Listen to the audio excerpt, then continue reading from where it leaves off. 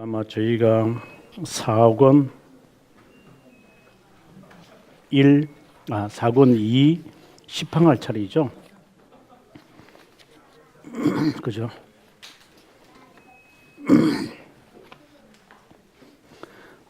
제가 지난 시간에 그 813페이지 보시면 유대교와 로만 가톨릭이 과연 동일하게 취급돼야 되느냐 하는 문제에 대한 이야기를 했습니다. 결론이 뭐냐면 유대교는 로마 가톨릭보다는 그래도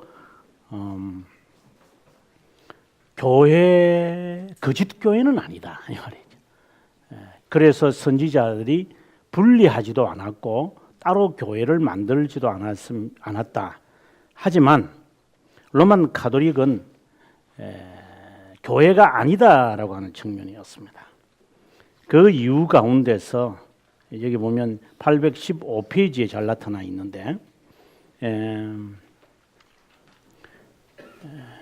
여기 보면 교회의 판단을 존경할 수 있고 권위의 경의를 나타내고 경고에 복종하고 응징의 감동을 받고 모든 면에서 교제에 신중하게 지킨다면 그 교회의 복종과 순응으로 응해야 합니다. 그런데 우상 숭배에 미신 불경건한 교리로 오염된 오늘날의 모임을 교회라고 인정한다면 크게 오류를 범하고 있는 것이다. 그들이 교회라면 교회 열쇠의 권한이 그들 손에 있을 것이다 이랬습니다.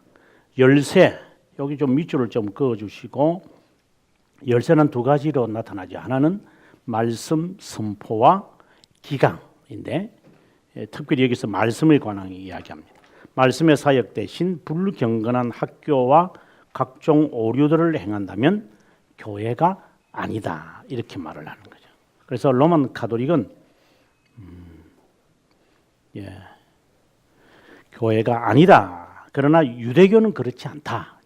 유사한 것은 있었겠지만 예를 들면 그런 거 아니겠어요? 목사님들 가운데서 잘 몰라서 이런 거 저런 거 행하셨다가 나중에 알고 보니까 이게 말씀에 위배되구나 하는 것을 알아서 그만두는 경우가 있다면 저는 그것은 유대교와 같다고 이야기할 수 있으나 로만 가톨릭처럼 강요하거나 814페이지 첫째 줄처럼 강요한다거나 그 다음에 여기에 보면 그리스도를 대신해서 행하고자 하는 이런 권한이 나타나면 저는 그것은 거짓 교회다라고 보는 것이죠. 우리가 성경 역사에서 봐도 보면 유대교가 잘못 행했을지라도 독재는 하지는 않았죠. 그렇잖아요. 보시면 알잖아요. 에스겔 3제 4장이라든가 예레미야 때를 보면 어느 사람을 지칭해 가지고 저 대제사장 때문에 뭐 어떻게 되었다거나 이렇게 하지는 않아요. 그냥 제사장들, 재판관들 이렇게 이야기하지 이름을 거론을 하면서 그것을 행하여 지탄하거나 하지는 않아요. 그러나 로만 가톨릭은 그렇지 않다라는 거죠. 그래서 여기 보면 둘째 줄에 814페이지 보면 모든 영의 권능 사법권을 부여하고 만능을 행하는 이런 것이 있다. 그래서 교회가 아니다라는 결론을 지어줬습니다. 815페이지 다시 돌아와서 11항에 보게 되어지면은 그래도 유대교 안에는 교회가 있다라고 이야기를 하고요. 그 다음 페이지 816페이지에 가서 12항에 가면 우리는 로마 교황주의자를 교회라고 부르지 않지만 그들 가운데 적어도 교회들이 존재하는 것까지 비난해서는 안 된다. 이 말이 뭐냐면 그러면 유대교하고 뭐 같네요 이런 개념이 아니라 제가 늘 말하지만 로마 가톨릭 이거는 이제 사람을 말하죠. 사람. 그 다음에 로마 가톨릭주의가 있다 이랬습니다. 이것은 사상을 말합니다. 사상. 이게 둘은 다릅니다. 어떻게 다르냐 하면 우리가 교회를 보면 됩니다. 장로교인이라고 하지만 이 사람들이 장로교주의나 개혁신학을 다 따르는 사람들은 아니다. 서로 다르잖아요. 그래서 우리가 장로교에 속해 있는 성도지만 장로교주의를 따르거나 이것을 따르지 않는 사람이 있는 것처럼 로만 가톨릭 안에 있으면서도 가톨릭주의를 따르지 아니하는 사람들이 있다. 그것을 지금 칼빈이 말하고자 하는 것이죠. 그래서 우리가 이건 또 구분할 수 있어야 될 것 같아요. 우리도 마찬가지고 로만 가톨릭도 마찬가지다 이 말을 합니다. 그다음에 계속해서 방금 이야기할 때에 교회가 아니다라고 이야기를 하면서 열쇠의 권한이 없다고 했잖아요. 아까 10항에서 그런 말을 했잖아요. 그러면 열쇠의 권한이 두 가지라고 했습니다. 방금 제가 열쇠의 권한은 두 가지다. 이게 교회에서 없어지면 안 됩니다. 자, 그 첫 번째가 뭐냐면 말씀 선포입니다. 열쇠. 베드로에게 주님께서 하신 말씀, 내가 너에게 열쇠를 주노니 너가 땅에서 매면 매일 것이고 하늘에서 너가 땅에서 풀면 하늘에서 풀리리라고 하는 이 열쇠의 권한. 이걸 첫 번째, 그것은 말씀 선포고, 그 다음에 두 번째가 기강입니다. 예, 이것은 다른 말로 권징입니다. 권징. 예. 이 두 가지를 시행하기 위해서 교회는 무엇이 필요하느냐? 정치가 필요합니다. 그래서 교회 안에 거버먼트가 있어가지고 이 둘을 시행해야 한다. 왜 정치가 있어야 되느냐 하는 것은 뭐 우리가 상식적이죠. 저 자신도 그런데 나를 그 제어하는 법이 없으면 저도 풀릴 때까지 풀릴 것 같아요. 네, 그렇지 않을까요? 인간이 자유라고 하지만 한계가 없이 풀어버리면 방종이 되는데 저는 반드시 법이 있어야 한다고 보는 거죠. 법이. 이게 따라와야 된다고. 인간은 어쩔 수 없는 것 같아요. 그러면 이 정치를 위하여 교회는 세 가지 법을 우리가 행하죠. 그 첫 번째가 믿음의 규율입니다. 믿음의 규칙이라고도 합니다. 이거는 보통 우리가 교리라고 그래요. 교회는 이 교리를 제정할 수 있어요. 이게 교회가 행할 수 있는 권한 가운데 하나예요. 교회는. 그 다음에 두 번째 교회가 행할 수 있는 게 인간법이에요. 인간법. 인간법이라고 하는 것은 다른 말로 말한다면 우리가 프로그램이라고 그냥 아주 간단하게 얘기하면 좋겠어요. 교회는 나름대로 성도들을 위하여서 내가 지금 양육하고 있는 성도들을 위해서 교회는 프로그램들을 만들어낼 수 있어요. 그 다음에 세 번째가 교회가 행할 수 있는 것은 사법권이에요. 이게 실제로는 기강이라고 그러죠. 우리가 보통 말하면 기강. 이 두가 이것은 우리가 말씀에 해당되어지는 것이고, 이것은 프로그램에 해당되어지고, 그다음에 세 번째는 기강에 대한. 이것이 교회 안에서 이제 행하면서 성도들을 이끌어 가야 돼요. 이렇게 마치 100부장, 10부장, 50부장, 그다음에 청부장이 있는 것처럼 교회는 이렇게 해내려 가야 되죠. 먼저 우리가 첫 번째로 봐야 될 것이 믿음의 규율이라는 것이 있는데 이것은 교회에서 제정할 수 있어. 최근에 저희 교단에서 어린이 세례, 지난주에 말씀드렸다시피 어린이 세례를 만들었거든요. 그러면 그거 지금 교리를 만든 거잖아요. 어린이 세례도 주자. 교회가 그렇게 할 수 있죠. 근데 이게 이제 성경적이냐 비성경적이냐라고 하는 것은 나중에 문제고, 일단은 교회가 교리를 행할 수 있는 것이고, 두 번째는 이거는 영속적일 수도 있지만 이것은 프로그램은 각 교회마다 행할 수가 있는 것이죠. 담임 목사님에 의해서 다양한 프로그램들을 만들어내겠죠. 그러나 이거는 일시적이죠. 이거는 모든 것은 일시적이에요. 이거는요. 그리고 이것도 성경적이어야 돼요. 그 다음에 이것은 사법권은 앞서 여기 말하는 열쇠의 권한 가운데 하나가 있는 권징처럼 교회가 이 권징을 꼭 해야 돼요. 이거 안 하면 교회는 성도들이 버릇이 나빠진 것 같아요. 쉽게 말해서 나쁜 말로 말하면 버리장머리가 없는 것 같아요. 저는 제가 어릴 때의 신앙생활하는 거하고 지금에 봤을 때하고 다르게 시대가 착오다라고 말할 수도 있겠지만 좀 버르장머리가 없는 것 같아요. 특히 신학생들도 그렇고 제가 보면서 느끼는 거죠. 그러니까 목사님 스스로가 기강을 세울 수 있어야 한다. 이것이 우리 한국 교회가 점점 없어지고 있는 것 같아요. 저는 개인적으로 보면서 좀 안타깝다 하는 생각을 가져봐요. 자, 아무튼 이런 전체 교회가 이런 일을 행할 수 있기 위하여 이제 정치를 해야 되는데 정치를 위해서 먼저 누가 필요하냐면 목회자가 필요하고 그 다음에 이제 사장으로 가게 되어지면은 그 목회자를 돕는 교역자, 즉 사역자가 있다. 829페이지 보면 사역자가 있고 그 다음에 이제 5장에 가보게 되어지면은 839페이지에 이 둘을 뽑아놨더니만 부패하더라. 아주 대표적인 이야기가 839페이지 보면은 성직을 뽑아놨더니만 생계를 위한 하나의 직업으로 전락하고 말더라. 이 말인 거죠.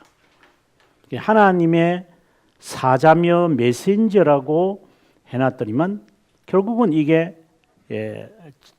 성직이 아니라 하나의 직업으로 전락하고 말더라. 지금 우리들에게서 있는 모습 같아요. 네. 마치 신대원을 졸업하면 당연히 목사의 자격을 얻는 것처럼 이런 식으로 그런 건 아니잖아요. 실제로 신대원을 졸업하는 것은 자격에 불과한 거죠. 자격. 내가 목사가 될 수 있는 자격증 하나 얻은 거고 그 자격증을 이제 교회 노예에서 총회에서 점검을 해야 되죠. 점검을 받아가지고 그다음에 목사 안수를 줘야 되는 상황에 있겠죠. 근데 이게 이제 직업이 돼버린 거죠. 많이 양성되니까. 그래서 그 점에 대해서는 참 안타깝다 개인적으로 생각을 해요. 최근에 여러분들이 알고 있지만 저는 현장에 있으니까 느끼는 겁니다.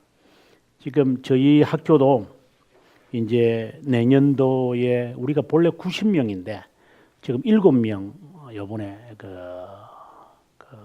못 받아요. 그래서 숫자가 줄었어요. 그러면 내년에는 10% 감축해야 돼요.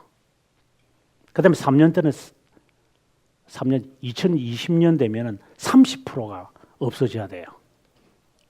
저희 신학과는 안 그래요. 신학과는 이제 기독교 교회학과하고는 따로 이제 종교학과이기 때문에 장신처럼 빼놓지만 나머지 과들은 다 없어져요. 매년마다 지금 8만 명, 6만 명이 아이들이 안 낳잖아요.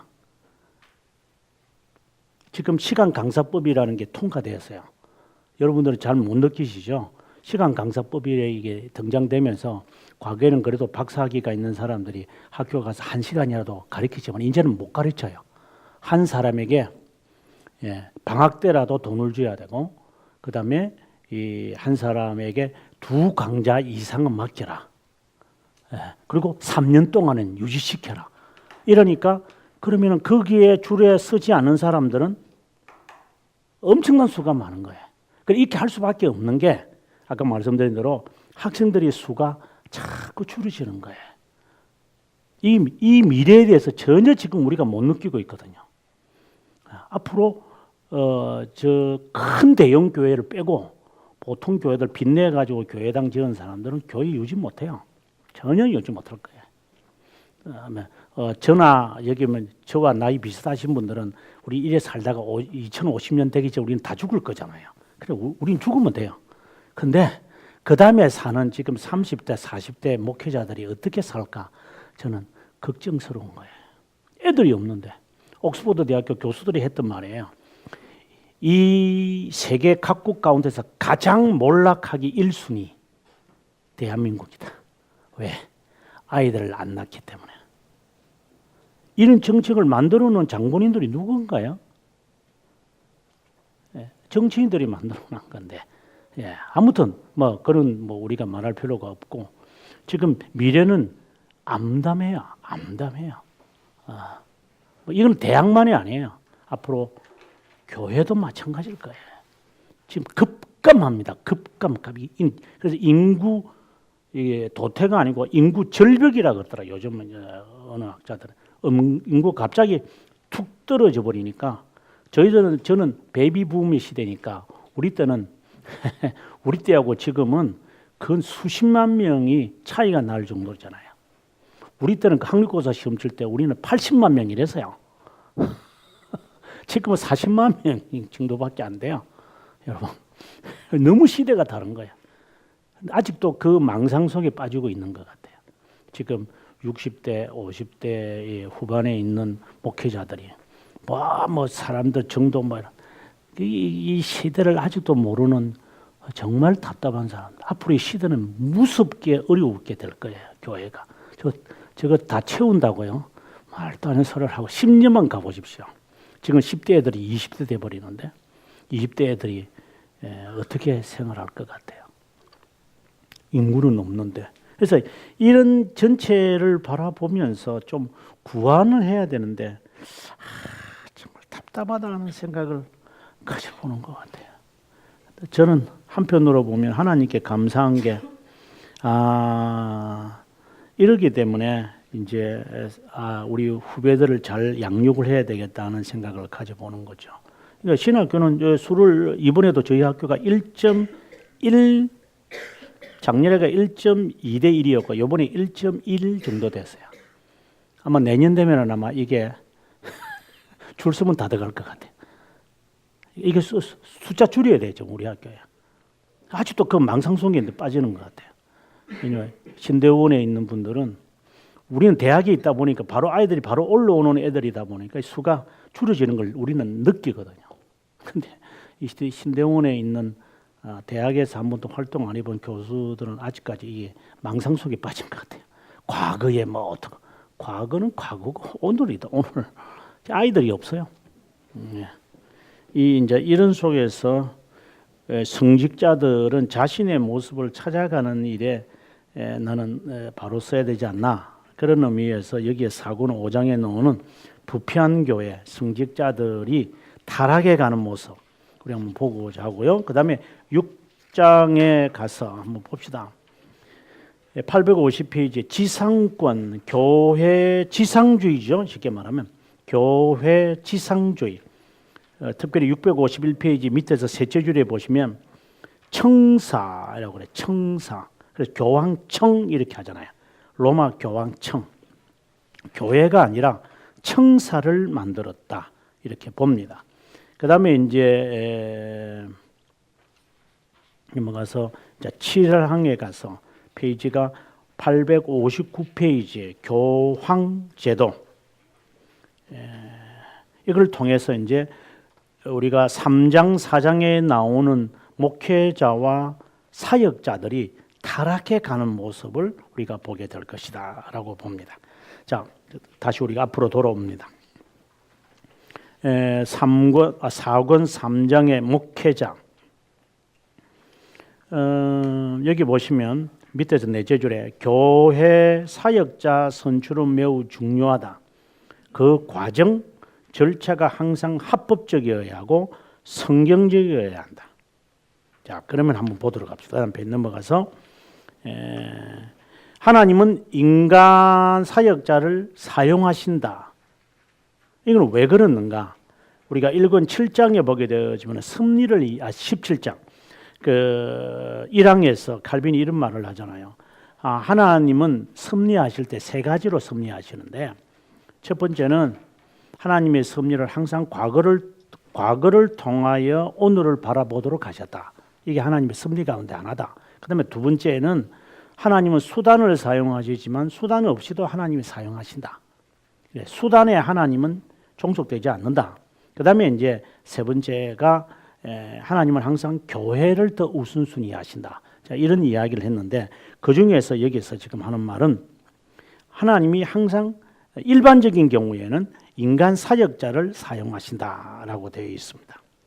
이게 6째 줄에 보면 그들의 입을 통해 자신의 사역을 수행토록 하십니다. 하나님은 직접 좀처럼 하시지 않습니다. 우리가 예를 들어서 우리가 881페이지에 우리 한번 보도록 하겠습니다. 저 뒤에 있는데 881페이지에 보게 되어지면은 하나님은 사역자들을 사용하신다는 그런 면에서 한번 보겠습니다. 881페이지에 사권 8장 사망에서 자 이름 나옵니다. 굵게 되어 있는 부분 한번 보십시오. 주님의 입에서 나온 것을 들으라는 명령을 받은 자, 이게 사역자입니다. 사역자는 주님의 입에서 나온 것을 들으라는 명령을 받은 자다. 주님의 입을 대신하는 사람이다. 그렇게 말을 하는 거죠. 그 다음에 그 첫째 줄에 올라가 보면 이 말씀을 맡은 목회자는 주님의 입으로 말해야 한다. 이 말입니다. 그래서 저는 설교하는 사람들은 주님의 입이다라고 말하는 거죠. 마우스다. 그러니까 너 것을 말하지 말고 하나님의 말씀이 무엇임을 알고 선포하는 사람. 그래서 자신의 것을 주지 마라. 자신의 것을 말한다면 이미 싹군이죠. 저는 싹군이라고 봐요. 그래서 자신의 사상을 주장하지 말고 하나님의 입을로 해야 한다. 하나님이 무엇을 듣기를 원하실까? 오늘 그것에 대하여 저는 목회자가 집중되어 있어야 한다. 저는 그렇게 봅니다. 정말 이게 참 어려운 거죠, 실제로. 다시 앞으로 돌아와서 6째 줄에 그런 의미에서 이게 보면 그들의 입을 통해 하나님은 자신의 사역을 수행한다. 이렇게 되어 있습니다. 그래서 하나님의 입을 통하여 하나님의 입을 대신하는 사람을 하나님이 택하셔서 그들의 입을 통해 하나님은 사역하기를 원한다. 자, 첫째, 이런 자들 가운데 몇몇을 선택하시고 자신의 대사로 삼으셨을 때 우리에 대한 관심을 선언하신다는 거다. 노동자가 일을 하기 위해 도구를 사용하는 것과 같다.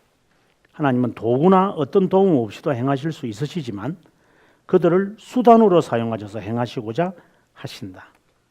아까 말씀드린 것. 그 다음에 두 번째, 겸손을 실천하는 데 가장 유용한 것이다. 무가치한 자를 통해 진리가 선포되게 하셨다. 이거는 정말 중요한 것 같다. 질그릇. 정말 금그릇, 은그릇보다도 질그릇으로 자신을 항상 여기는 자.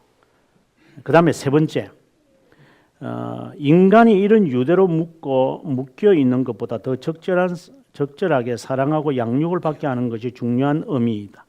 하나님은 그들을 사용하셔서 교회가 이렇게 연합되고 묶여지기를 하나님은 원하신다. 자, 819페이지 가서 2항에 인간 사역은 교회를 다스리기 위하여 사용하시는 근육이다. 그럼 진리는 뭡니까? 뼈겠죠. 그래서 진리는 뼈고 나는 목회자의 사역은 근육이다.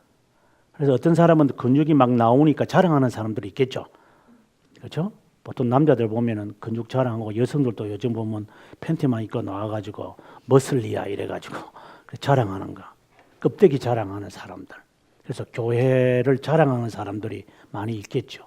알맹이는 무엇이 있는지도 모르지만 몸짱을 자랑하는 것처럼. 그래서 마치 우리의 사역이 근육처럼 열심히 하면은 근육이 생긴다 이 말이에요. 근데 그걸 자랑한다는 거죠. 어느 배우가 하는 말이 12월 달이 되면은 이렇게 보통 TV에 많이 나오잖아요. 그러면은 1월 달부터 영화 배우나 탤런트들은 금식하기 시작한다더라고. 그 표를 이렇게 사진빨을 잘 받기 위해서. 그래서 제가 그걸 들으면서 참 불쌍한 사람아. 그래서 자기의 그 날씬한 모습을 사람들에게 보여주겠죠. 마치 그것이 마치 오늘 정말 잘 표현한 것 같아요. 인간의 사역은 그런 근육과 같아. 번들하게 나타내는. 그게 건강을 말하는 게 아니잖아요. 제 사위가 이제 의료계통에서 일을 하는데 우리 사위는 빼빼해요. 예, 내가 보니까 빼빼한데 키는 이제 190이 넘는 이게 장다리와 같은 애인데, 이제 우리 딸내미는 또 이렇게 짜리몽땅 해가지고 이렇게 키가 또 작아요. 그래서 우리가 가서 이제 야 이놈아 살 좀 빼, 운동 좀 해 이러니까 사위가 하는 말이에요. 내가 병원에서 일하면서 봤는데 병 걸리는 사람 전부 주로 빼빼한 사람들이라고. 풍성하신 분들은 오히려 괜찮다고. 그러면서 저보고 왜 자꾸 우리 아내한테 그렇게 말하느냐 이렇게 편찬을 두는 것 같아요. 예. 그래서 우리 집 사람이 그 말을 굉장히 좋아하는 것 같아요. 제 말은 이게 근육이 멋있다고 해서 건강은 아니다 이 말이에요. 그래서 번들하게 보이는 교회가 건강하다고만 말할 수는 없다. 그 말을 하고 싶은 거죠. 정말 표현이 칼빈이 정확하게 표현을 하신 것 같아요. 하나님은 이 직무를 목회자에게 맡기셔서 수행하도록 하셨고 은혜를 베푸시고 교회의 은사들을 분배하시고 나누셨다. 이런 자의 제도에 자신의 성령의 힘을 높이심으로 실제로 자신을 나타낸다. 첫째, 성도의 갱신은 성취되고 그리스도의 몸은 세워진다. 이게 가장 중요한 거죠. 성령의 힘을 받아가지고 할 수 있는 것. 다음 두 번째, 머리이신 그분에게까지 모든 것에서 자라가서 서로 연합되어야 한다. 셋째, 우리 가운데 예언이 번영되고 그분의 사도들을 수행한다면 우리 모두는 그리스도의 연합으로 자라나고 우리에게 집행되는 교리를 경멸하지 않게 된다. 여기서 예언이 번영하고라고 말할 때 예언이라고 하는 이 단어를 미래에 대한 예측 이렇게 받아들이시면 안 됩니다. 이것은 하나님의 말씀에 대한 해석을 의미하는 겁니다. 하나님의 말씀을 해석해서 우리의 삶에 적용하는 일이 번영하고 라고 하는 말입니다. 그래서 말씀에 따라 살아가는 것이 삶 속에 활동하도록 사역자는 거기에 초점이 있는 거죠. 그것에 초점이 있어야 되는 것 같아요. 그 다음에 넘어가서 820페이지에 세 절부터 그분은 천사를 하늘로부터 그에게 보내셔서 고넬료를 말하는데 그분에 대한 지식을 전달하고 교회에 접붙임이 되도록 하셨다. 직접 명하시지 않고 구원의 교리와 세례의 성화를 받도록 사람에게 보냈다. 해석자인 천사가 그의 하나님의 뜻을 알리지 않고 사람을 보내신 것은 우연이 아니다. 신자들의 유일한 교사이신 그리스도께서 바울에게 인간에 대한 교훈을 맡기신 것에는 그 나름대로의 이유가 있다. 무엇입니까? 앞서 말씀드린 대로 예언이 번영하기를 원하는, 아까 두 번째였죠. 세 번째네요. 우리 가운데 예언이 번영하고라고 하는 것은 성도들에게 사역자를 보내어서 하나님의 말씀을 올바로 해석해 가지고 삶 속에 적용하도록 위해서 하나님은 이 사역자들을 선택하신 것이다. 그래서 이 사람들을 그리스도에게로 데리고 가도록 하는 사역이다. 이게 목사의 가장 중요한 것 같아요. 최근에 100주년 기념관에서 목회하시던 분이 지금 은퇴하면서 인터넷에 많이 떴더라고요. 여러분은 저를 잊어버리시라고 이렇게 하면서 은퇴식이 했다고. 저라는 존재를 생각하지 마시라. 굉장히 좋은 말을 하신 것 같아요. 나라는 사람. 저도 지금은 세상을 떠나셨지만 대구의 동부교회 큰 교회 당시에 담당을 했던 그 고 김 목사님이 은퇴식을 할 때요. 사람들이 가서 수천 명이 앉아 있으니까 그래서 밖에 나가서 인사 안 하고 은퇴식을 딱 끝나자마자 그 뒷문을 통해 가지고 차 타고 가버려 버렸어요. 그럼 성도들은 기다릴 거라고 막 줄 서서 인사하려고 하는데 그 이후부터 목사님이 그 교회에 나타나지 않는 거예요. 그러니까 참 그런 분들이 참 훌륭하신 것 같아요. 나를 잊어라. 이 말, 나를 잊어라. 왜 여기서 나를 기억해야 되느냐. 그런 자세가 목회자가 된다는 게 참 쉽지 않은 것 같아요. 원로 목사가 돼가지고 끝까지 그냥 살아남아가지고 활동하시는 분들을 이렇게 가끔씩 보면 교회를 사랑한다라고 하는데 그런 교회 사랑하는 거 아니죠. 자기 없어도 하나님이 하셨다라고 생각이 안 드는 것 같아요. 그래서 이런 점에 있어서 정말 성도들을 위한 유일한 교사가 내가 아니라 그리스도라고 하는 사실을 얼마나 깨달을 수 있을까 하는 생각을 해봅니다. 그 다음 제일 밑에 줄에 보면 820페이지 선지자는 하나님의 뜻을 해석하는 자다. 이건 제가 여러 번 말을 했습니다. 선지자는 예언하는 것에 초점이 있다는 것보다는 해석을 해서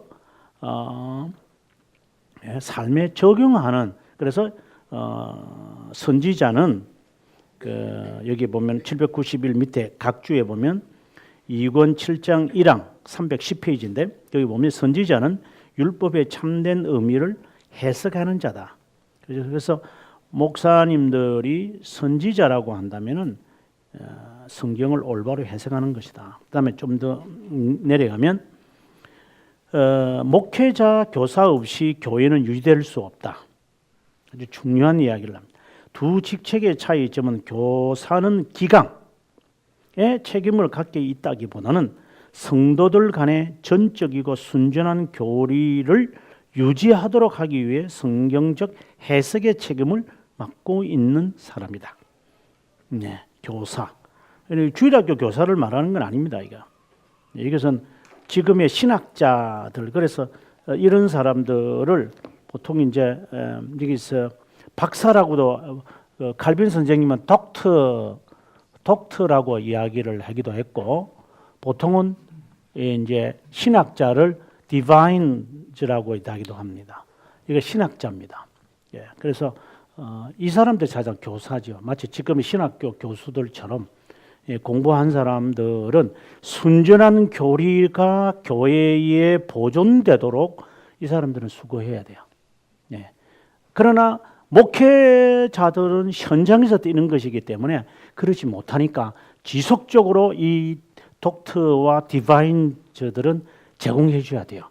이게 순전한 교리니 이대로 하십시오라고 하는. 그래서 이것이 이제 교회를 유지하는 중요한 하나 기구고, 또 하나는 목회자들은 성도들에게 이제 하나의 한 명 한 명의 이제 마치 그 어린이를 가리키는 유치원 선생님처럼, 저보고 유치원 애들 맡기면 제가 할 수 있겠습니까? 저는 못하는 것 같아요. 제가 얼마 전이 아니고 제가 유학을 갔다 오고 난 다음에 제가 유학 가기 전에 제가 중고등부 부흥사였거든요.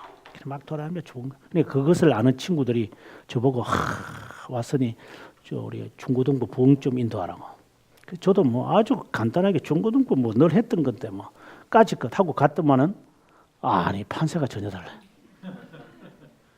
자기 시작하는데 어떻게 애들이 잠을 자지 내 설교에. 벌써 언어와 이 문장이 다른 거예요 이게. 그러니까 그 다음에 이제 내 다음 이제 사람이 누가 왔냐면 저기 분당에 있는 우리 교회 그 목사가 왔어. 또 여기는 또 반응이 좋아. 그래서 내가 도대체 저 사람과 나의 차이가 뭐지? 그 차이가 한참 있더라고. 이게 벌써 이 문화를 읽고 있는 사람과 문화를 못 읽는 나와는 저는 20년 전에 있는 생각만 갖고 막 하니까 이게 말이 되나요? 예, 아닌 것 같아요. 그때 정신 차렸죠.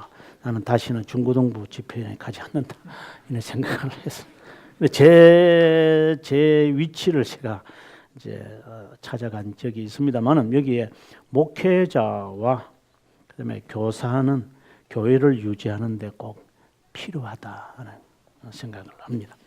그다음에 이제 넘어가서 822페이지야. 주님은 6항이죠. 사도들을 보내실 때 복음을 선포하고 죄들의 용서를 믿는 자들에게 세례를 베푸라고 명령을 주셨다. 쭉 내려가시면은 그래서 중간입니다. 목회자의 두 가지 가장 중요한 직무는 복음 선포와 성례의 집행이다. 하지만 가르치는 방법은 공개적 연설에서만 나타나고 개인적 훈계까지도 포함되어야 한다. 보통 상담이라고 이야기하는데 이 개인적인 만남까지도 가르치는 사역을 앞에서 나서지만이 아니다라고 봅니다. 이렇게 설명하는 이유는 선한 목회자의 분리된 성격들을 나열하는 것이 아니라 스스로 목회자라고 불리는 자들이 고백하는 것을 말하고자 하고 교회를 지휘하면서 그들이 나태해지지 말고 그리스도의 교리로 백성들을 참된 경건을 갖도록 훈련시켜야만 신성한 신비들을 집행하고 바른 기강을 실행하는 데 있다. 이게 잘 나타나죠. 기강을 잡는 건데. 그래서 잊지 말아야 할 경고가 있는 첫째는 핏값을 내 손에서 찾을 것이다 라는 말씀. 두 번째, 복음을 선포하지 않으면 화가 있을 것이다. 그 다음에 세 번째, 온 세계에 행한 것을 모든 목회자는 자신에게 맡겨진 양떼에게 행해야 한다. 이 세 가지 경고를 칼빈이 하는 것 같아요. 우리가 다시 한번 생각해 보면 사명의 생명을 다하라는 거죠. 핏값을 찾는다라고 하는 이 부분이. 그다음에 두 번째는 복음 선포에 대하여 너가 하지 않으면 너는 화가 임할 것이다. 정말 무서운 말인 것 같아요. 그럼 넘어가서 그다음 페이지 8항에 교회를 다스리는 자들의 목록을 말합니다. 감독, 장로, 목회자, 사역자. 말씀을 수행하는 모든 자를 감독이라고 초대교회 때는 불렀다. 장로를 임명하라고 한 후에 감독의 조건을 성경은 말하고 있잖아요. 한 교회에서 여러 감독에게 문안하기도 한다. 장로들을 불러 모은 가운데 감독이라는 칭호로 함께 살다. 그래서 장로들 가운데 이것을 문제들이 생기니까 이걸 해결하려고 감독이 있었던 것 같아요. 감독이 다스리는 것이 아니고. 그런데 말씀 선포 외에 다른 직책도 있었는데 치유, 통역, 다스리는 것, 구제. 여기서 통역이라는 것은 방언에 해당되는 것이 아니라 보통 우리가 어떤 일에 대하여 이제 이걸 어떻게 하면 좋아요? 라고 질문을 했을 때 그것을 해석해 주는 사람이 필요한 것 같아요. 그래서 목회자들은 이 해석을 해줘야 될 것 같아요. 정확하게. 이걸 어떻게 하시는 게 좋을 겁니다. 이건 어떻습니다. 그게 통역이다 이렇게 봅니다. 여기서 다스리는 것과 구제는 영속적인 사역이다. 다스리는 그리고 구제.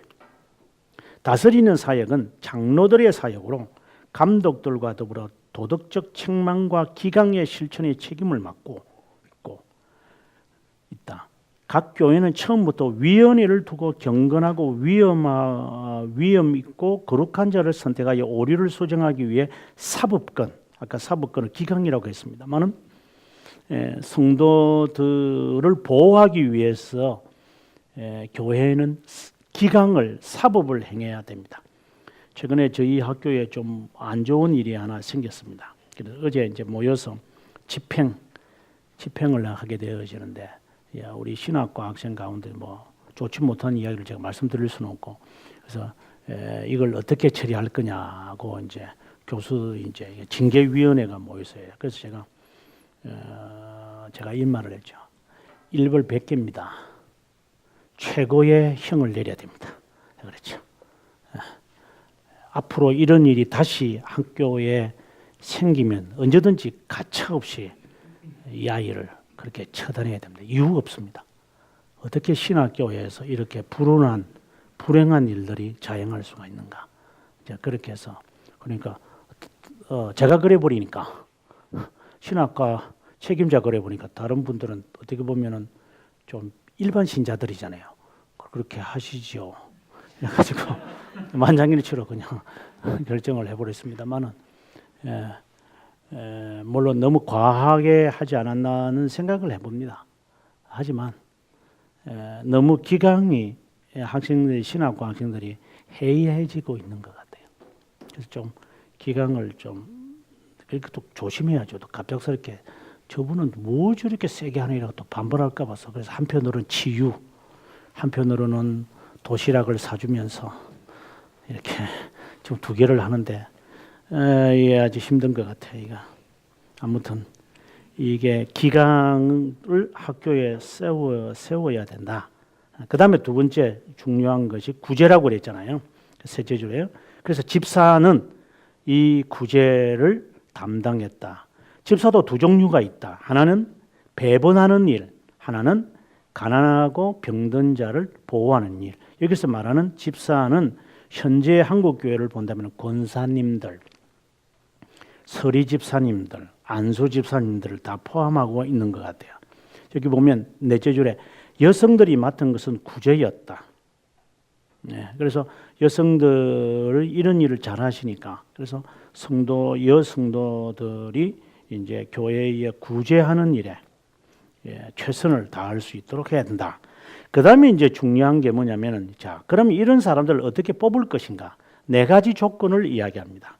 첫째, 정식으로 부름을 이거 아니고, 그 다음 페이지가 그 다음에 항에 나오는데 공직을 맡을 때 일단은 이제 네 가지가 말하기 전에 정말 부르심이 있는 사람들을 공직에 맡겨야 한다 이 말입니다. 여기 보면 셋째 줄에 침착하지 못하고 소란을 피우는 자, 가르치거나 지배하지 못하는 기 위에 누구도 부르심 없이 공직을 맡아서는 안 된다. 네, 정말 교회의 지도자를 검증할 수 있는 기관이 제가 보니까 저희 신학교밖에 없을 것 같아요. 보니까 노예는 뭐 그냥 노예나 총회는 그냥 뭐 졸업장 받았으니까 시험 쳐서 합격을 시키는 거니까. 그래서 결국은 이게 할 수 있는 것은 그거밖에 없다 하는 생각을 가져봅니다. 그래서 이런 재능이 있어야 한다. 그리고 동시에 부르심에 대한 확신이 있어야 한다. 반드시 정식으로, 여기 보면 아주 중요한 말입니다. 정식으로 부르심을 받아야 한다. 그 다음에 두 번째, 그 부르심에 대한 답변을 해야 한다. 답변. 분명히 자신의 우리가 소명이라 그러잖아요. 소명할 수 있는 사람이 되어야 한다. 내가 왜 이 신학교에 왔는가?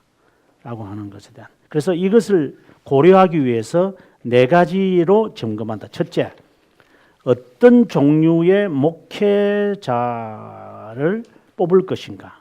그 이야기는 826페이지 가보면 말하기를 어떤 종류냐 할 때 첫 번째로 순전한 교리와 거룩한 삶을 살고 있느냐. 저 사람은 순전한 교리를 충분히 숙지하고 있느냐. 그 다음에 두 번째, 거룩한 삶을 살고 있느냐. 이혼하면 안 되거든요. 뭐 사별하는 거는 관계없지만 이혼한 사람이 목사 되면 안 돼요. 어떤 이유에서든지 간에. 이거는 미국에도 마찬가지예요. 이혼하지 마라. 가정을 다스릴 줄 모르는 사람은 해서는 안 된다. 이런 것이고, 그다음 권위를 손상시키지 않고 사역에 불명예를 끼치지 않는 자를 선택해야 한다. 그래서 합당한 사람. 그다음에 두 번째 보면 선출하는 방법입니다. 827페이지 보면 그러면 누가 사역자를 선택해야 되나? 당연히 일반 신자들입니다. 일반 신자들이 사역자를 선택하도록 해야 한다. 그 다음에 여기 보시면 제일 밑에 827쪽 밑에 보면 바울은 이방인에게 보내지는 사도로 임명을 받은 것이 선포된 후 그는 교회에 의하여 지정되었음을 볼 수 있다. 이 말은 개인적으로 소명을 받았으나 사도 바울이 정식으로 임명을 받기까지는 13년이 걸려요.